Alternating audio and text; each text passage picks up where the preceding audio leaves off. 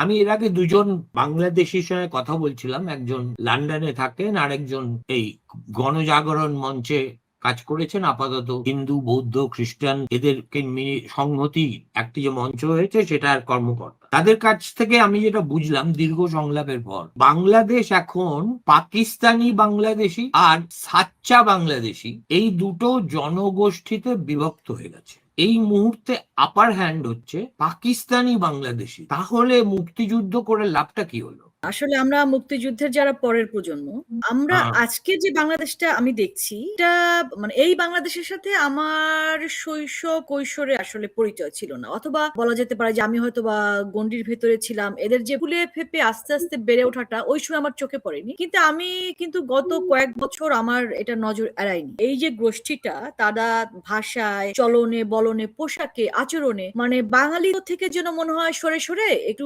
একটু পাকিস্তানি ঘেঁষা বা ইসলামটাকে চর্চা করার চাইতে বা ধারণ করার চাইতে, লালন করার চাইতে প্রকাশ করাটা, প্রচার করাটা বেশি উদ্যোগী ছিলেন, বা এটা আসলে চোখে পড়ার মতো ছিল। যেমন দেখেন, আপনি কেমন আছেন যদি আমরা বলি, আমরা কি বলি? ভালো আছি। তো এই ভালো আছি শব্দটা, এই বাক্যটা আসলে শোনা যেত না অনেকের মুখ থেকে। এটা একটা আরবি অন্যভাবে তারা তাদেরকে বোঝাতে চাইতেন যে তিনি ভালো আছেন। বা অথবা আমি যখন ইউনিভার্সিটিতে পড়েছি, সেই 96 97 98 2000-এও, তখন আমার ক্লাসমেট যারা ছিলেন বা ছাত্রী যারা ছিলেন, আমার হলে যারা মেয়েরা ছিলেন, তাদের যে পোশাক আর এখন যে ছাত্রীরা আছেন, আমি শেষে বাংলাদেশে থাকতে আমি আমার একটা পাবলিক বিশ্ববিদ্যালয়ে আমি শিক্ষক ছিলাম, পাশাপাশি দুটো বেসরকারি বিশ্ববিদ্যালয়ে আমি পড়াতাম। এই যে পোশাকের যে পার্থক্য, এটাও কিন্তু প্রকট ভাবে চোখে ধরা পড়েছে। এমন না যে এটা লুকানোর মতো ছিল।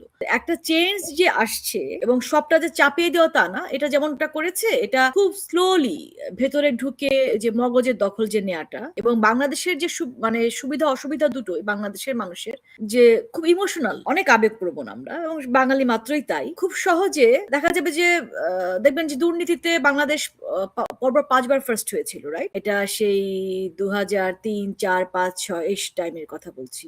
তো ওই সময় কিন্তু দেখবেন যে দুর্নীতিতে ফার্স্ট হচ্ছে, ঘুষ চলছে ব্যাপকভাবে, ব্যাপক দুর্নীতি চলছে, কিন্তু এবং আমরা যা মানে হারাম পানীয় বলি সেটাও খাচ্ছে, কিন্তু মুখে খুব ইসলামের কথা বলছে বা এটার জন্য একদম জান দিয়ে দিচ্ছে।